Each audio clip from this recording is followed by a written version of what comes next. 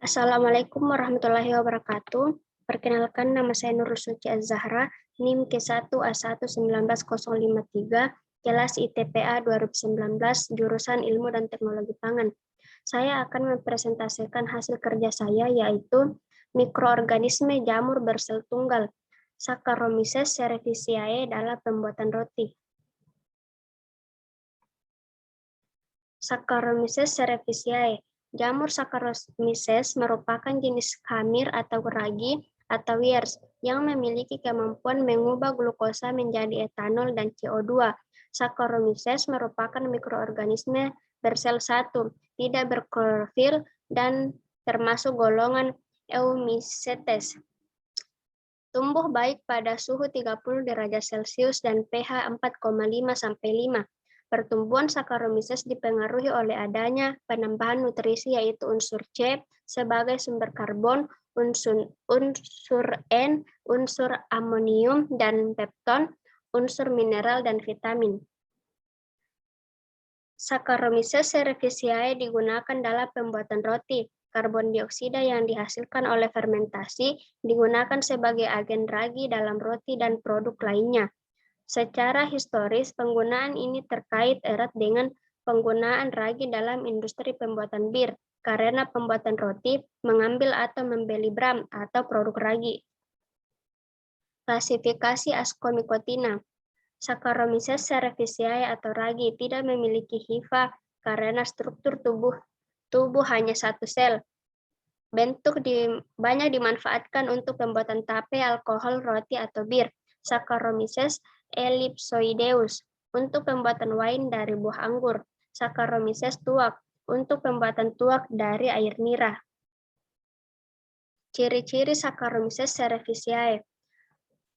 Fungi uniseluler yang juga disebut ragi, berbentuk bulat atau oval ukuran 5-12, bermultifikasi, membentuk bud. Strukturnya mempunyai dinding polisakarida, memiliki flavor natural yang menarik atau asam glutamat, mengandung vitamin B kompleks, memproduksi enzim amilase, lipase, protease, bersifat absorbatif, berperan sebagai nutrien reservoir dan pH buffer, meningkatkan homeostatis usus. Kelebihan Saccharomyces cerevisiae. Beberapa kelebihan Saccharomyces dalam proses fermentasi yaitu mikroorganisme ini cepat berkembang biak, tahan terhadap kadar alkohol yang tinggi, tahan terhadap suhu yang tinggi, mempunyai sifat stabil dan cepat mengadakan adaptasi. Faktor yang mempengaruhi pertumbuhan Saccharomyces cerevisiae. 1. Suhu. Suhu di bawah minimal dan di atas maksimal dapat menyebabkan terjadinya denaturasi enzim sehingga tidak dapat tumbuh. Sebagian besar Saccharomyces cerevisiae umumnya tumbuh baik pada kisaran suhu 25-46 derajat Celcius. Nutrisi. Zat gizi dalam kegiatannya khamir memerlukan penambahan nutrisi untuk pertumbuhan dan perkembangbiakan, yaitu unsur C, ada faktor karbohidrat, unsur N, dengan penambahan pupuk yang mengandung nitrogen, misal Za, urea, amonia, mineral, dan vitamin-vitamin. pH. Selama proses fermentasi, pH pertumbuhan ini berpengaruh pada laju pertumbuhan mikroorganisme. Pertumbuhan pH media akan mempengaruhi permeabilitas sel dan sintesis enzim. Oleh sebab itu, perlu dilakukan supaya untuk mempertahankan pH dan buffer. Nilai pH optimal untuk pertumbuhan Saccharomyces cerevisiae antara 2,5 sampai 4,5. Produk roti. Roti adalah salah satu produk makanan yang banyak dikonsumsi oleh masyarakat. Bahan baku utama dari pembuatan roti adalah tepung terigu yang berasal dari gandum. Roti merupakan produk pangan yang mengembang disebabkan karena aktivitas ragi Saccharomyces cerevisiae yang dapat membebaskan gas CO2 selama proses fermentasi. Parameter kualitas roti meliputi daya kembang, tekstur, kenampakan, irisan, warna, dan organoleptik. Selain menggunakan roti, pembuatan roti juga dapat memanfaatkan bahan gluten, gula, garam, bread improver, shortening, dan air. Tepung terigu dalam pembuatan roti memiliki beberapa jenis protein yang dicampur dengan air, menghasilkan gluten. Gluten ini adalah yang dapat membuat roti mengembang dengan baik. Adanya reaksi antara gluten dengan ragi dan pati akan membentuk sel yang elastis untuk membuat roti mengembang selama proses pembuatan. Jaringan sel ini cukup kuat untuk menahan gas yang terbentuk oleh ragi sehingga adonan tidak mengempis kembali. Selain tepung terigu, air, susu, dan garam merupakan bahan penting untuk pembuatan roti sehingga dihasilkan roti dengan kualitas mutu yang diinginkan. Reaksi kimia dalam adonan roti. Gas karbon dioksida berperan dalam pengembangan adonan sedangkan etanol berkontribusi dalam pembentukan aroma dan cita rasa roti. Gas yang terdisersi dan terperangkap di dalam adonan dalam bentuk gelembung dibutuhkan untuk pembentukan pori-pori.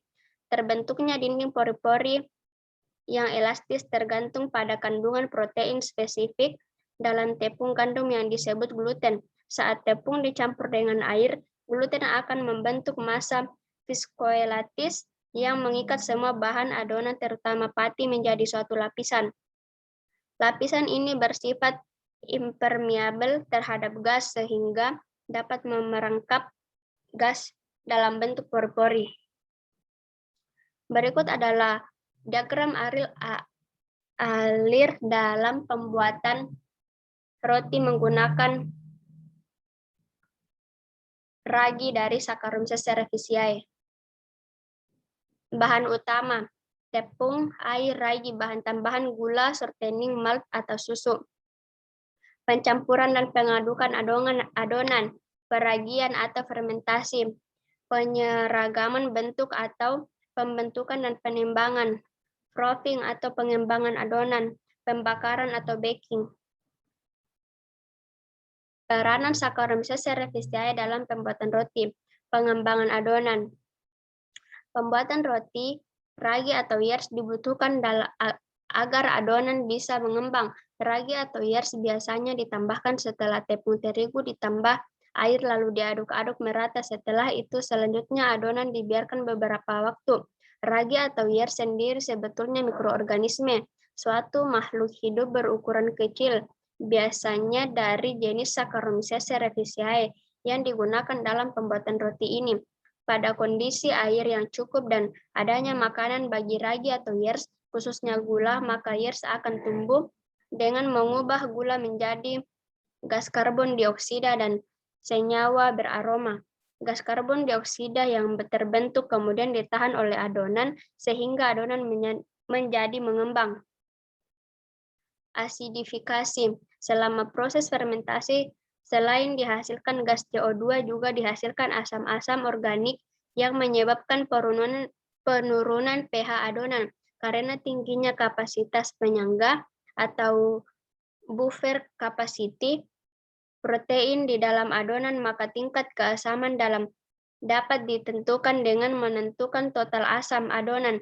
Proses adifikasi ini dapat dijadikan sebagai indikator bahwa fermentasi adonan berjalan dengan baik. Dengan demikian, pengukuran pH mutlak diperlukan dalam pengendalian proses.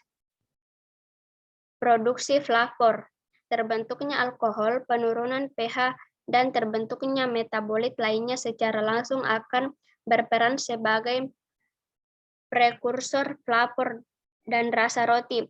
Akibatnya proses fermentasi tersebut dapat menghasilkan roti dengan mutu organoleptik yang tinggi. Itulah yang dapat saya sampaikan. Assalamualaikum warahmatullahi wabarakatuh.